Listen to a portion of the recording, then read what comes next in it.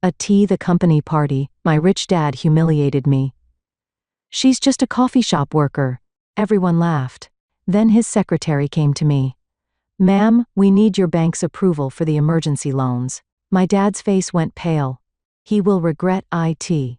I know someone once said, no one gets abandoned by their own family. But that's a lie. I once stood shivering in pouring rain, the door locked from the inside, while my mother quietly pulled the curtain shut, like I was some stranger. I once walked over 5 miles under the 95-degree sun, my shoes worn thin and my feet bleeding just because I missed the bus. And I was only 12 when they called that character building. If you think I grew up in a family, I'm sorry. It felt more like a cold training camp. I'm Alice, and this is the story of how my parents, Jason and Linda, taught me that love isn't for everyone under the same roof. When I was little, I thought all families were like that all parents stayed silent during dinner, only speaking to give orders or yell. That every mom set a timer when you cried, then said, you get 3 minutes to be weak. That if a child wanted to be heard, they had to hold their breath so long their face turned purple before anyone might notice. My dad was a former soldier. My mom used to be a teacher, but after I was born, she quit her job and poured all her energy into training me to become someone who depends on no one. They called me their first experiment and always said that if I failed, I'd have no one to blame but myself. I still remember a winter night in Minnesota when I was just 9. I forgot to take the trash out on time. A small mistake, or so I thought. But not my dad. He quietly opened the back door, dragged me outside by hand and said, stand here until you understand the value of responsibility. Then he closed the door. No coat, no shoes. It was around 34 degrees Fahrenheit. I trembled, my hands and feet numb, but the only thing I dared to do was stay silent. I stood there for nearly an hour, and when my mother finally opened the door, she just said, hopefully next time, you'll think twice before being useless. When I was 11, I overslept and missed the school bus. My mom refused to drive me, and my dad sneered. You made the mistake. You deal with it. So I walked from home to school, 6 miles. I carried a backpack weighing nearly 20 pounds. My feet blistered. My back soaked in sweat. When I finally got to class, nearly 2 hours late, the teacher called my mom. She simply replied, she needs to learn not to be dependent, and hung up. When I told my friends, they thought I was lying or being dramatic. Some even said, your parents are just strict. But it wasn't strict. It was cold. It was the way they trained me like I was a survival machine. Emotionless, unloved. Every day at home was a silent war. I had to learn how to read moods from every frown on my mom's face, every raised eyebrow from my dad. Anything could be an excuse for a lesson. Forgetting to fold a blanket, spilling milk, laughing too loud, asking a question at the wrong time. I used to dream they'd one day hug me and say, we're sorry, Alice. You didn't deserve this. But that never happened. They never apologized. They just kept training me. And day after day, I stopped being a child. I became a training project, a doll with a calm face, even when screaming inside. I thought I was used to it all, but I was wrong. Because the final lesson they gave me when I was 15, it wasn't like anything before. And it changed my life, for I'll never forget that day. The Florida sun was burning like it wanted to melt the world, and the smell of hot plastic from the car seat is still etched in my memory like an unhealed scar.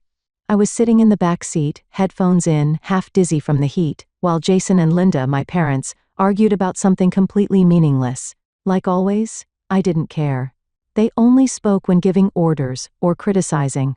The rest was just background noise, loud and repetitive.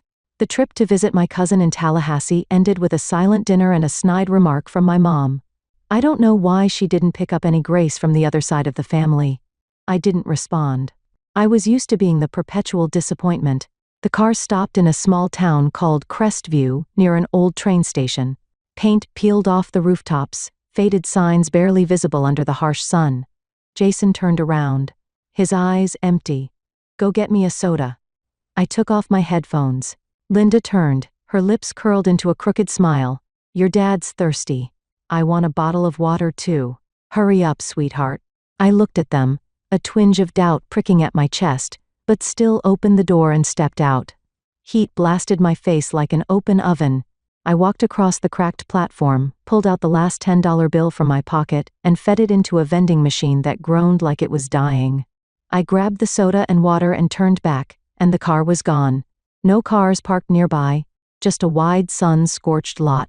No vehicle, no people, no sound, except for the cicadas crying like grief. I stood frozen, the cold soda now useless in my hand. My heart pounded my brain, searching for any explanation. Maybe they just moved the car. Maybe they went to get gas. My phone buzzed a message. I opened it and only read 4 lines before my whole body went cold despite the blazing heat. Let's see how long it takes you to get home on your own. This is a test. Don't call Aunt Elaine. You need to learn how to face the world. Don't disappoint us. I froze. This wasn't a mistake. This wasn't a joke. They've really left me. No suitcase, no wallet, no map, no one beside me. I called back straight to voicemail. Called again. Nothing. Panic crawled up my throat like a tightening rope. I texted back, only to get one more line. Don't make a mess of things. Handle it yourself. I nearly threw up. I was only 16. No driver's license, no transportation, no plan. Rage began to rise beneath the layer of fear. I didn't cry. I didn't scream. I just stood there, crushing the water bottle in my hand until it crumpled, then took a deep breath as if I could exhale the nightmare out of my chest. I checked my pockets. Some loose change? A phone with 27% battery? A crumpled paper map stuffed in the back of my backpack. Something I'd accidentally kept from last year's camping trip. I walked into the station where only one old man sat behind the counter looking half asleep. Is there a bus station nearby? I asked. My voice cracked with a lump in my throat. He raised an eyebrow and glanced out the window. About 2 miles left down the main road, but nothing's coming through until tomorrow afternoon. I nodded and turned away. My feet stepped onto the burning pavement, knees aching like they might give out, but I didn't stop. I didn't let the tears fall. Didn't scream that I'd been left behind like some kind of stray. I did the one thing they forbade me to do. I called Aunt Elaine, the only one in the family who ever looked at me with real kindness. Ellis? Oh my God, what happened? Her voice startled through the second ring. They left me, I said. And for the first time in my life, my voice truly shook. She was silent for exactly 3 seconds. Then she spoke clearly. Stay right where you are. I'm coming. I sat down by the dusty roadside, staring out across the red dirt road. Back then, I didn't know my life had just taken a completely different path, and I would never go back. When Aunt Elaine arrived, I was curled up under the narrow shade of a utility pole. The hot wind sweeping across the pavement felt like a cruel reminder that I had nowhere left to go. Her old SUV tore into the lot like time itself was burning under the tires. She jumped out before I could say anything, wrapping me in the kind of hug that made it hard to breathe. Oh, my God. My poor girl. Her voice trembled, arms clinging to me like she was afraid to let go. What the hell did they do to you? I didn't answer. I had no words strong enough to describe what happened. But I knew one thing. I wasn't going back. Ever. 3 days later, I stood in the tiny living room of her house in Gainesville, staring at the only suitcase I had, the one she'd bought for me because I had nothing but an old backpack. I didn't cry. I didn't panic.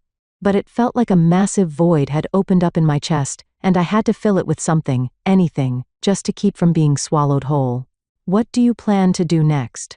She asked, sitting beside me with a steaming mug of peppermint tea. I looked out the window. The sky was overcast but no rain. Just like me, gray but not breaking. You know I'm not going back, right? She nodded. I'm not going to push you to do anything. But if you stay here, you'll have to start from scratch. No, Jason. No, Linda. No more lesson plans. Just you. I nodded. For the first time, I felt like I had a choice. Not just being thrown into some script someone else wrote. Even if the road ahead was rough, at least it was mine. I got a job at a small cafe near the University of Florida, just waiting tables, but the owner was kind and didn't look at me like I was a broken kid.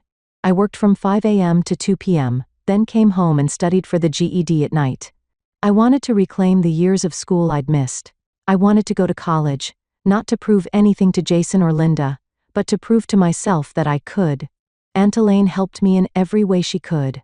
She wasn't rich, but she was rich in love, something I had never really experienced before. She drove me to my exams, waited in the car all morning, bought me an SAT prep book even though it cost almost an entire week's worth of food for both of us.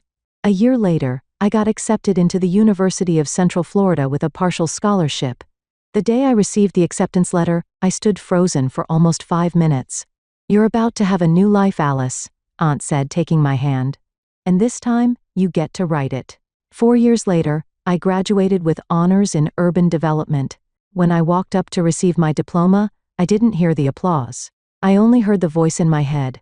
The voice of a 16-year-old girl standing silently under the cracked roof of a train station, hands trembling from being abandoned. And I whispered to myself, "You did it, Alice. You survived." Right after graduation, I worked for a small real estate firm in Jacksonville. I started with the jobs no one wanted: cleaning model homes, checking building permits, cold calling, skeptical clients. But I learned fast. I watched everything: how people built trust and how they shattered it in a single meeting. 3 years later, I started my own thing. I took out a small loan from a local bank, combined it with the savings from years of side jobs and investments, and founded Alder Urban Living. A simple name, carrying no trace of the family I came from. I wanted a complete restart. The beginning was rough. At one point, I had only $93 left in my account, and a project that got canceled at the last minute. But I held on. I learned how to negotiate, how to calculate risk, how to turn an abandoned lot into a modern housing block for young families. Little by little, Aldara stopped being a stranger's name. I hired employees. I rehired a lawyer who once rejected me in my first year. I bought back the old office building that my first company used to own, just to remind myself that nothing is permanent, not even the lowest starting point. At 29, Aldara hit 8-figure revenue. I stood on the 12th floor balcony of our office looking out over the Orlando skyline, and I smiled. I had once been left behind at a train station, unwanted. Now, hundreds of people called me boss, and I never forgot that feeling of being discarded because it's the reason I never stopped moving forward. But I also knew the past never really dies. It only sleeps waiting for a knock at the door. And on a summer day, that knock came. It was the past, and it came to collect me. 20 years after the day they left me like damaged goods, I stood in the glass-walled office of my downtown Orlando headquarters, 17th floor of the building bearing the name Aldara HQ, looking down at the busy streets below. Everything I had, every brick, every contract, every dream was built from a pain I never chose. But I survived. I lived well.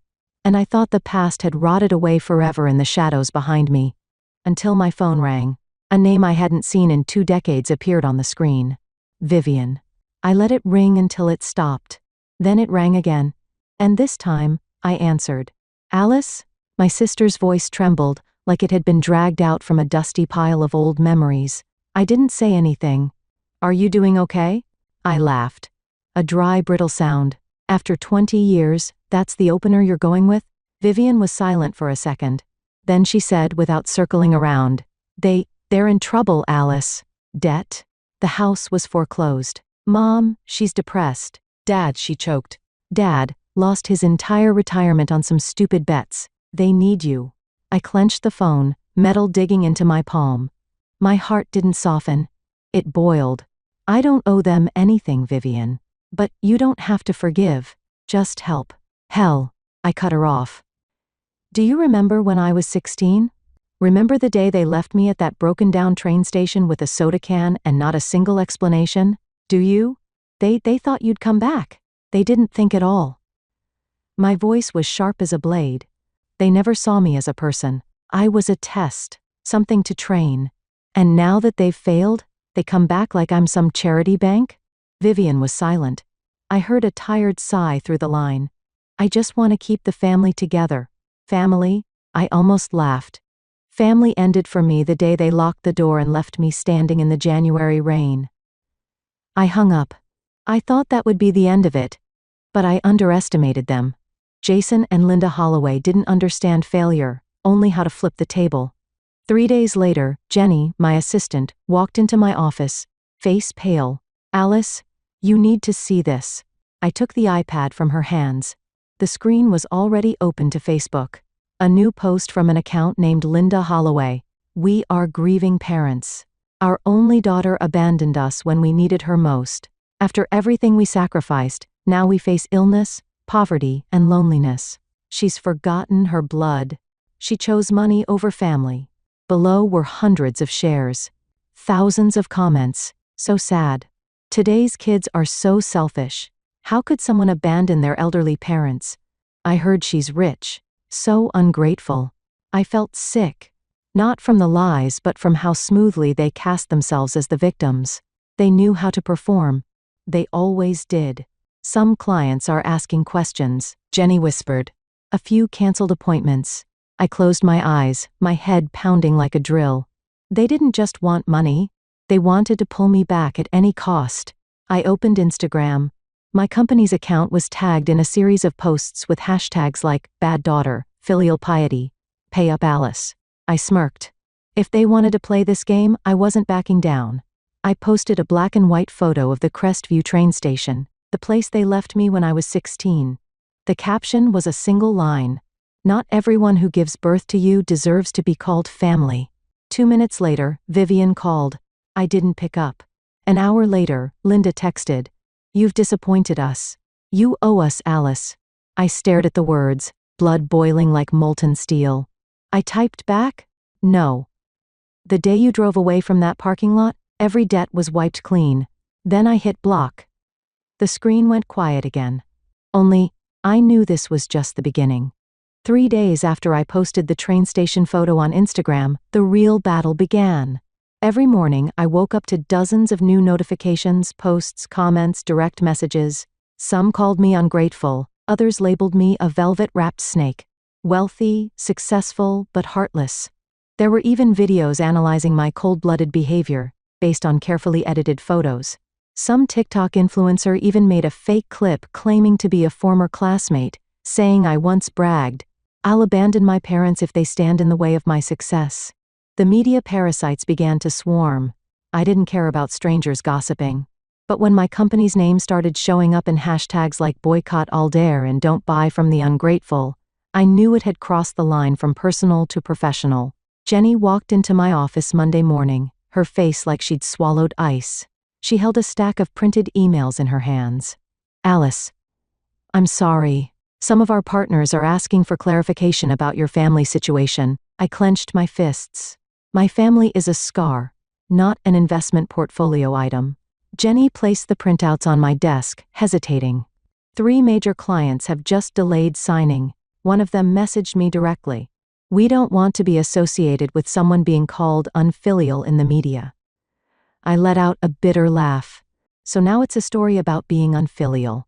Fantastic. I stood up and walked to the window where Orlando stretched out like a moving painting. The buildings I helped design, the corners I once dreamed of transforming. Now it all felt like it could collapse under one well-crafted lie, and a crowd eager to point fingers. That's when my phone rang. Holler, Dominic Hayes, one of Aldara's biggest investors. I answered. Dominic? Alice? I'll be blunt. What's happening online? It's not good for the company's image. I sighed. What? You want me to go live and cry because I didn't send money to the people who once left me at a train station? A pause. I'm not judging your personal life, but we're talking about customer trust. Is there any way to ease this? No. Then you need to be ready for consequences. I hung up. An hour later, a new post from Jason Holloway appeared.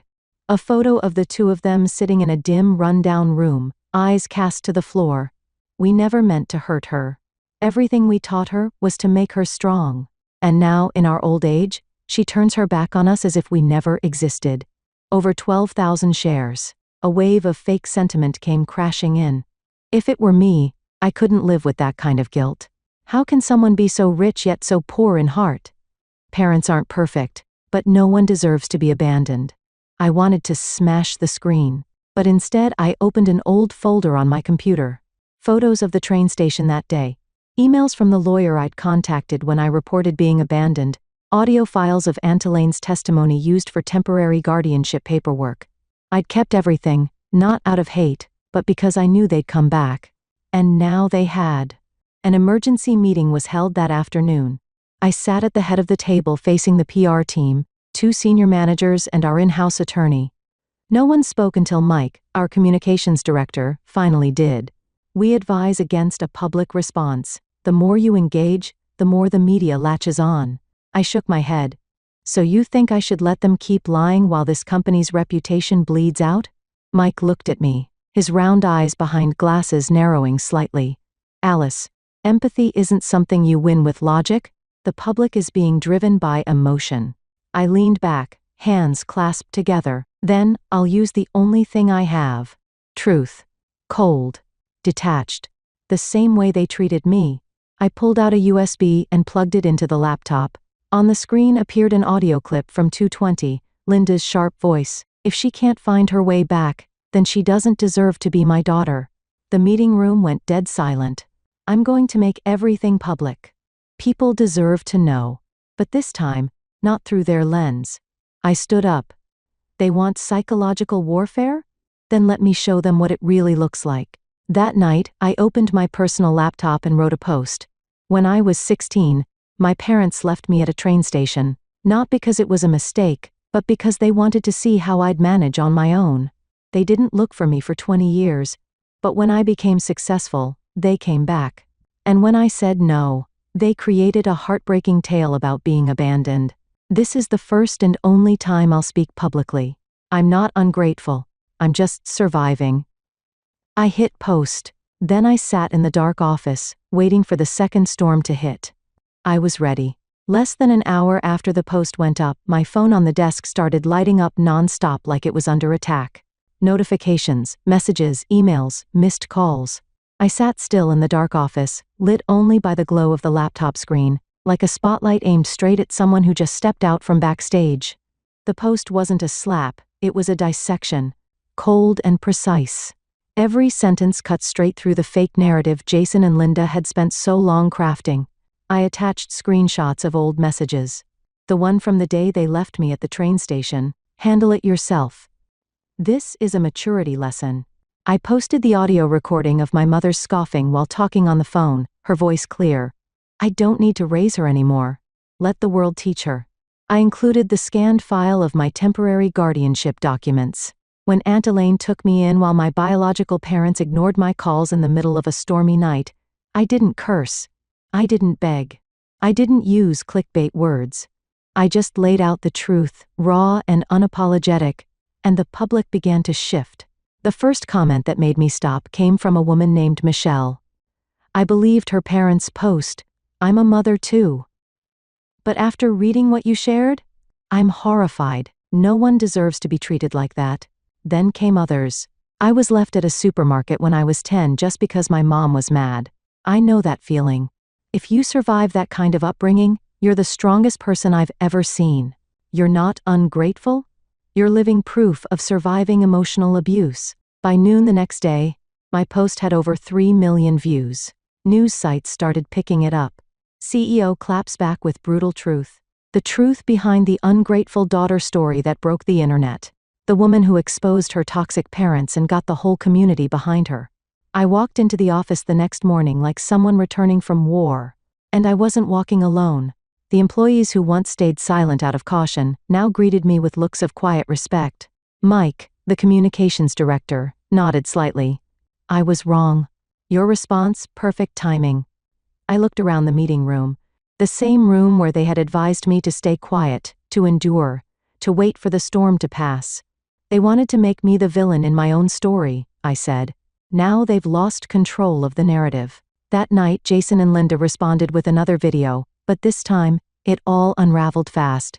They sat in the living room, Jason pretending to sob, while Linda repeated a line like she had memorized it.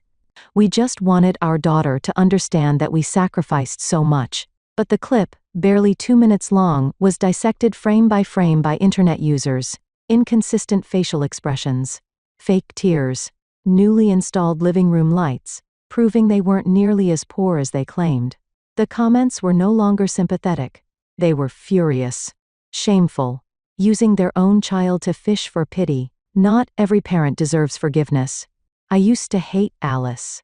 Now I just want to hug her. On Friday morning, Dominic Hayes called again. His tone was completely different. "I want to apologize, Alice. I didn't believe you from the beginning." "You don't need to apologize," I replied, cold as ice, "but from now on, remember, silence is also choosing a side." I hung up.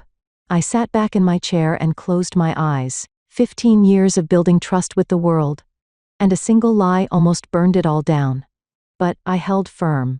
And this time, no one could rewrite the truth. 3 days later, a reporter from The Atlantic sent me an interview request. The topic: the journey of an abandoned child and her public stand against emotional abuse in the family. I took a few seconds to think. Then I typed back, "I'm ready. But this time, we tell the story the right way. No tears, no sugarcoating, just the truth." I hit send, and for the first time in years, I felt a weight lift off my shoulders. No more fear. No more inner conflict. I had reclaimed my voice. Less than an hour after my post went live, my phone on the desk lit up like it was under siege. Notifications, messages, emails, missed calls. I sat motionless in the dark office, lit only by the glow of the laptop screen, like a spotlight shining down on someone who had just stepped out from backstage. The post wasn't a slap. It was a cold dissection. Every sentence was a precise incision into the fake narrative Jason and Linda had so carefully constructed. I attached screenshots of old messages, the one from the day they left me at the station. "Handle it yourself. This is a life lesson." I posted the audio recording of my mother sneering as she spoke on the phone with someone. Her voice clear. "I don't need to raise her anymore. Let life teach her." I included the scanned temporary guardianship papers from when Aunt Elaine took me in. While my biological parents refused to answer my calls during a stormy night, I didn't curse. I didn't beg.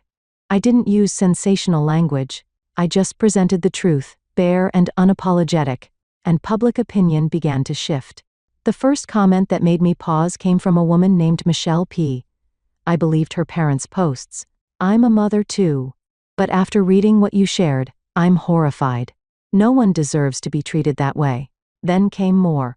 "I was left behind at a grocery store when I was 10, just because my mom was mad. I know how that feels.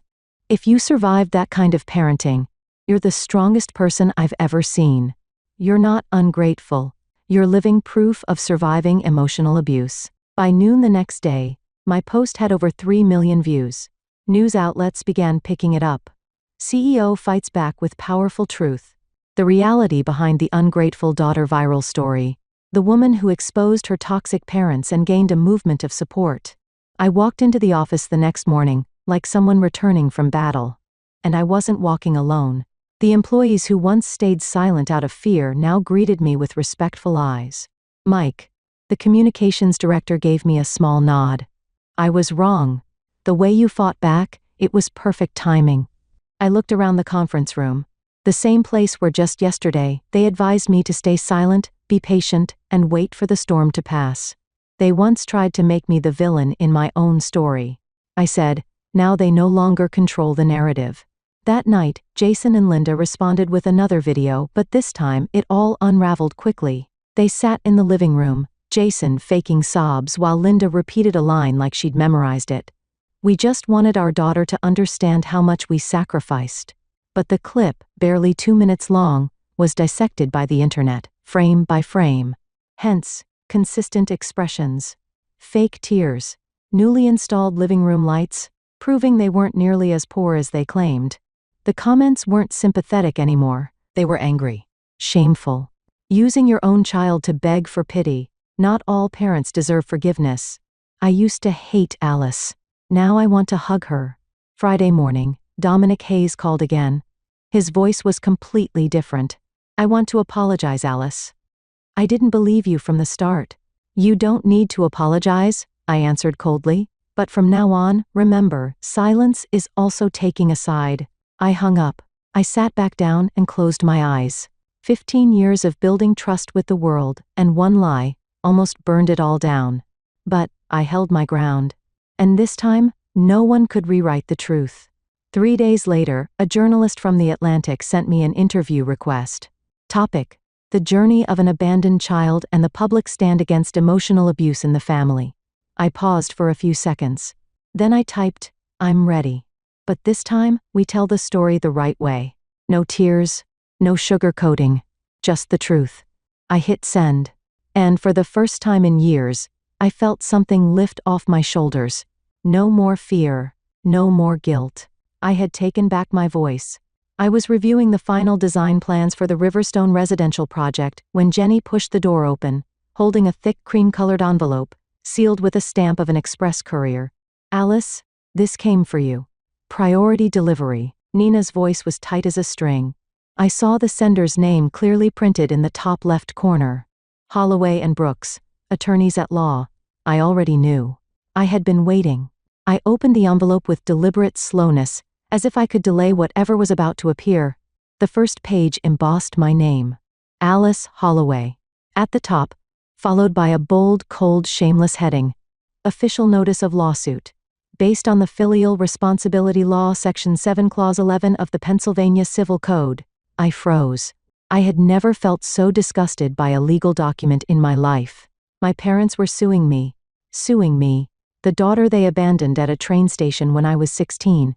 The person they hadn't contacted for 2 decades for failing to provide financial support in their old age. I exhaled slowly, the rage rising quietly in my chest like a fire smoldering beneath ash. "Jenny, call David now. I need to see him within 30 minutes. David Rhodes, my lead attorney, sat across from me. The copy of the lawsuit spread out in front of him like a rotten joke. Legally speaking, Alice, Florida doesn't have a strict filial responsibility statute, but if they filed for temporary residence in Pennsylvania or pushed this at the federal level, it could be messy. I folded my arms, eyes fixed on the page. Messy? They're trying to use the law to chain me to people who threw me away like garbage. They don't want money. They want control. David nodded slowly. They think you'll be scared. Afraid of litigation. Afraid of the media. Afraid of the shame. And if you pay just once, they'll have their hands around your neck forever. I smirked. Then they picked the wrong person. That night, my phone rang. An unknown number, I answered. Linda's voice came through, sweet as syrup but laced with venom. "Alice, I just want to have a calm conversation. If you agree to support us financially, we can avoid unnecessary trouble." I cut her off, every word sharp as a blade. "No. Do you have any idea how much we're suffering?" Her voice suddenly rose. "We're losing our home, our insurance, lost your dignity a long time ago," I growled. "And now you want to play the good parent?" Linda went silent for exactly 2 seconds. Then her tone shifted. "If you fight this lawsuit, we'll take everything to the press. You really want your image tied to a filial piety case, don't you?" I laughed. A cold, piercing sound that made her go quiet on the other end. "Go public. Share it all. Let the world see how biological parents can abandon their child at a train station and come back 20 years later, demanding money like debt collectors." I hung up, and I didn't shake. Not even a little. The next morning, I summoned legal, communications, and investor relations teams. On the table was the detailed legal response I had prepared with David. Alice Holloway denies any financial obligation under the Filial Responsibility Statute due to complete absence of care or support from the parents over more than 2 decades. Etched evidence of abandonment, text messages, medical records documenting psychological trauma, and temporary guardianship by Aunt Elaine. I ended the meeting with one line. "They chose to fight with the law, then I'll show them what it looks like to fight with justice." That night, I posted my next statement, attaching the lawsuit. They left me when I was 16. No contact, no help, not a dime of support. Now they're suing me for money, for power, for reputation. I'm not writing this to complain. I'm writing this as a warning. Psychological wounds should never be legalized into obligation. The posts spread like wildfire. Child advocacy groups abandoned child survivor networks. Everyone shared it. Lawyers, journalists, activists all stood behind me. A new hashtag emerged. In '01, trending nationwide. 3 days later, David messaged me. Their lawyers are proposing a settlement. They're starting to feel public pressure. I replied with one line, "No compromise. Take it to court." Because this wasn't just a lawsuit. It was the first time I was seeking justice for that 16-year-old girl from years ago. Monday, 9 a.m. I was in a meeting with the new project team when Jenny knocked rapidly. She peeked in, pale-faced, voice trembling. "Alice, you need to come downstairs right now. Something's happening." I frowned. "What is it?" "They hear Jason and Linda. They're causing a scene in the lobby, and there are reporters." I stood up instantly, heart pounding, not from fear but from rage rising like lava in my chest. I clenched my fists, nodded at Jenny. "Call security, but don't do anything until I get there." When the elevator doors opened, I could already hear their familiar fake sobbing, echoing through the main lobby of Aldara HQ. Linda, dressed in an overly flashy floral dress, was sitting on the floor, clutching a tissue to wipe away non-existent tears. Jason stood beside her, his face flushed red, pointing fingers at my staff, yelling non-stop. "We just want to talk to our daughter. Are we not allowed to see our own child? Is this America or a prison camp?" Around them, my employees were whispering, some were recording on their phones. A local CNN reporter was already there, camera poised.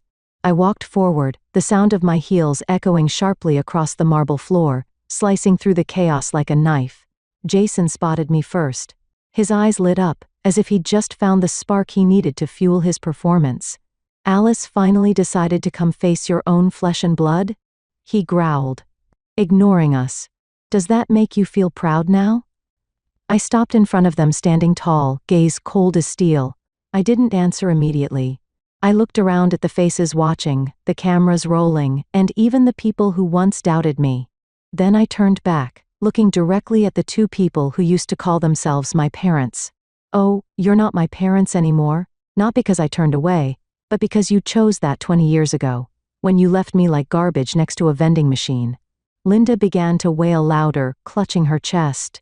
"What are you saying, Alice? We're blood. I gave birth to you. How can you be this cruel?" I didn't blink. Blood. Blood that made their daughter walk 6 miles under the summer sun because she missed the bus? Blood that locked her outside in a thunderstorm? Blood that spread lies and sent social media to attack her just because she refused to give you money? Jason snapped. "You think money made you a person? You've forgotten who you are. Everything you have is because we raised you." I laughed. A sharp, contemptuous sound that echoed through the lobby like a slap. "Raised me? You left me when I was 16. The one who raised me was Aunt Elaine and me, working 3 jobs, sleeping in smelly dorms, living on instant noodles. You didn't raise me. You starved me. Body and soul." Linda sobbed harder, glancing quickly toward the camera as if waiting for a close-up. Then she shakily stood up, reaching out to touch my arm. "Sweetheart, I know sometimes we were too strict, but now we just need a chance, just a little help, then things will get better." I stepped back, my voice firm as stone. "I don't help people who abandon me. I don't fund those who exploit my past for pity, and I don't forgive lies." I turned to security. "Remove them from the building. If they come back, call the police." Jason lunged forward, shouting, "You'll regret this, Alice. We made you. You're my flesh and blood." I didn't turn. Didn't flinch.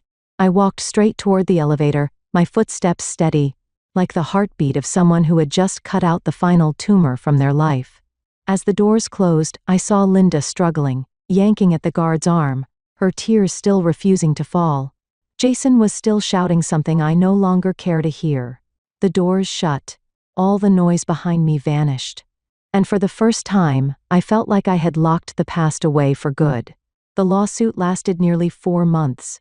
4 months of every document, every memory, every old wound being dragged into the light.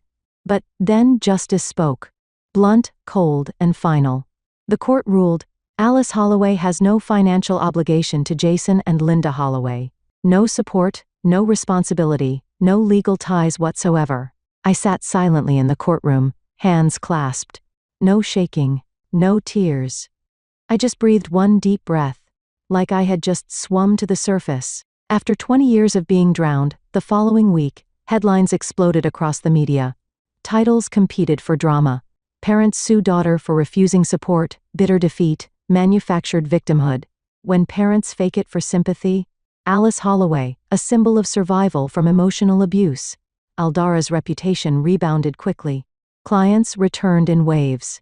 Investors called to apologize. Even charitable organizations invited me to speak at conferences on family boundaries and personal autonomy. And Jason and Linda? They lost their home? Lost their image? Lost the sympathy they once exploited with crocodile tears? I didn't celebrate. I didn't gloat.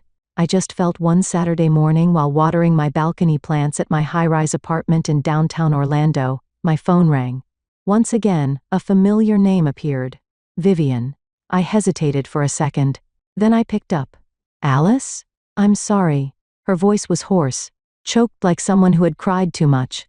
I stayed silent, letting her continue. They've really lost everything. The house was taken by the bank.